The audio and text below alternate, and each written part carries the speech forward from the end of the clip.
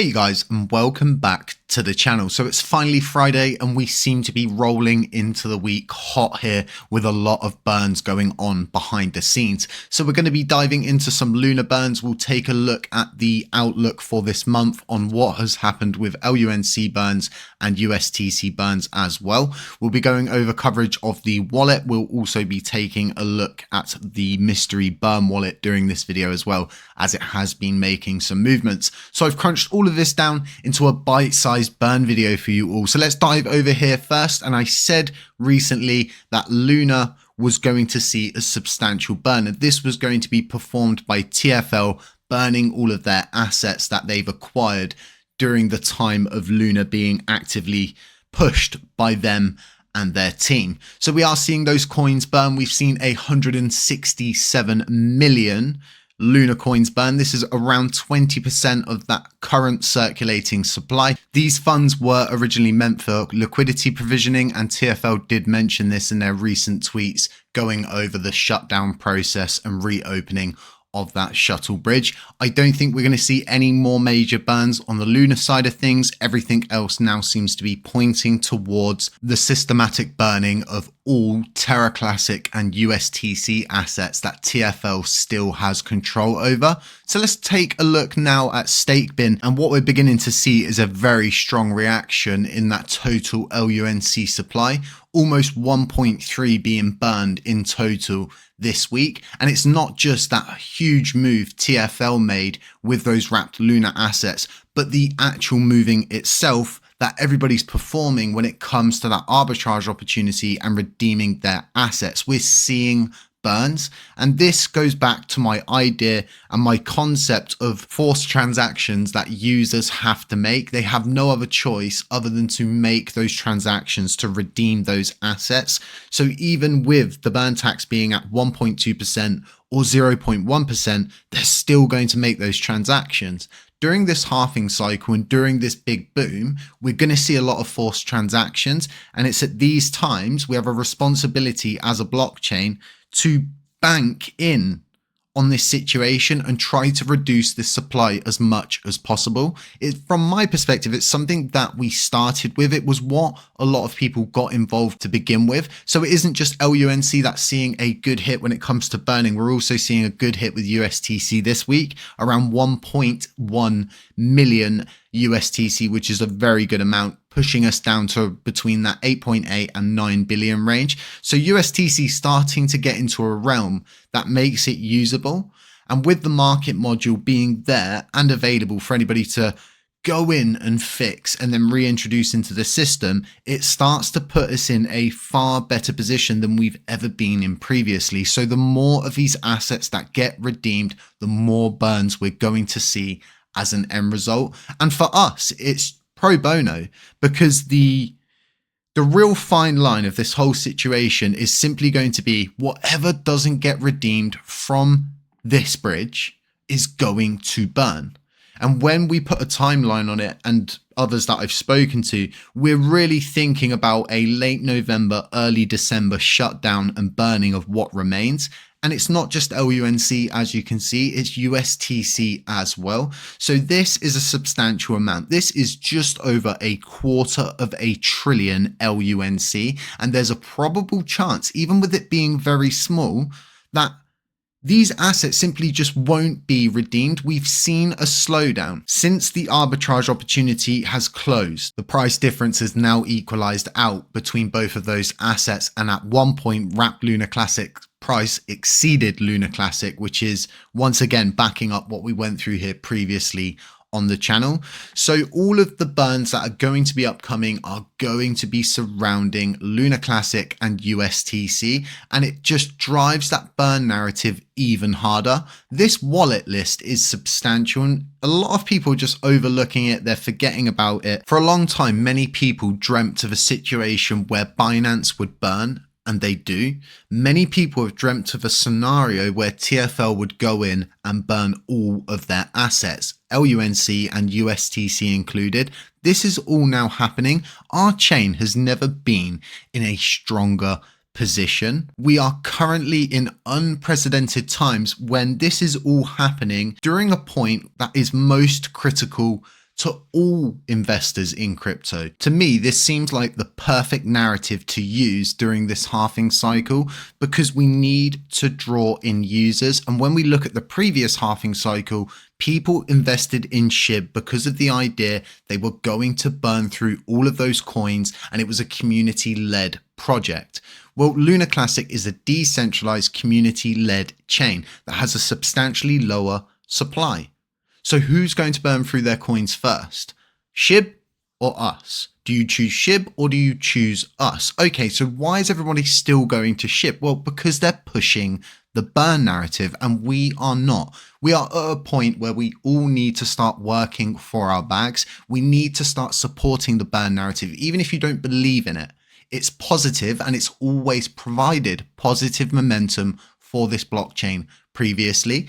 And a lot of the OG investors that came on board because of burning. And I know this because I was one of the first people into Terra Classic itself. Before we go any further, I just want to give a quick shout out to Margex. They've been kind enough to reach out and sponsor the channel, and it's a really good opportunity for us here because we get a sign up bonus. I'll provide links to that in the description of this video. This is a no KYC platform. We have got derivatives trading, we've got converting, we've got copy trading, which is very useful. You've got an earning section and really important, the learning section. This is a huge part of anybody who's investing in crypto. You have a responsibility to educate yourself so you can better understand and make better informed decisions. And Margex helps you with that. You can trade up to 100x leverage here on top of not having to KYC, which is pro bono. Once again, links to that in the description. Let's get back to the video. It's almost time for Binance's monthly burn, and that should happen on Sunday. But what we are also seeing is more activity coming from this wallet that seems to be heavily associated with Binance.